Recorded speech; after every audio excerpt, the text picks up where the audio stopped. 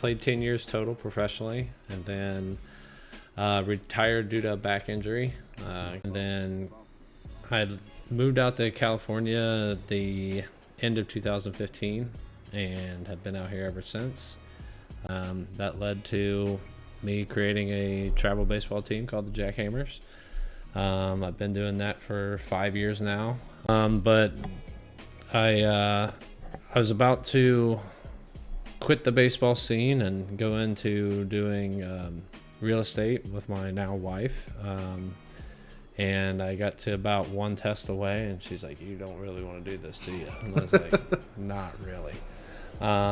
So she kind of pushed me to stay in the baseball scene, and so I stepped away from the real estate stuff and doing all the tests, and took on the teams. And then I talked to one of our friends and / mentor, and he said, "You really need to get some sales into something that's in your niche." And so I went on to mess around and make some batting gloves, and I did that, and that was really cool. And I thought, if I could get into batting gloves, I could really figure out who has the stuff to make the gloves. And so I went on a deep dive for like 6-8 months, really just researching who manufacturers are, where people were getting things, and then I found out the really good ones, and I got some really good samples, and then I just started really experimenting, something that people weren't really doing in the baseball world.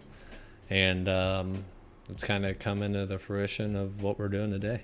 And one of his fondest memories is him being in center field, being a young guy and getting a start, and seeing you pitch at high school and having 9 or 10, 12, 13 scouts back there, or whatever it was. Anytime you pitch, all the radar guns coming up. So can you talk about what that felt like, or what that process was looking like for you? And did you notice that the scouts were there? Like, how'd you block all that stuff out? Yeah, I mean, my parents gave me some really cool opportunities as I was younger to be able to go to showcases and things like that.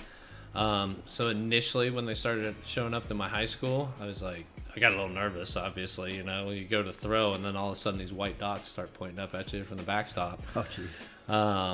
But I kind of, started to get numb to it, just being like, okay, it was less about the guns and more about those guys getting the oohs and ahs about what I was doing. Mm-hmm. So it kind of fueled me to go a little bit harder in the paint. So when I saw people show up, I was like, okay, it got me giddy, you know what I'm saying? Yeah.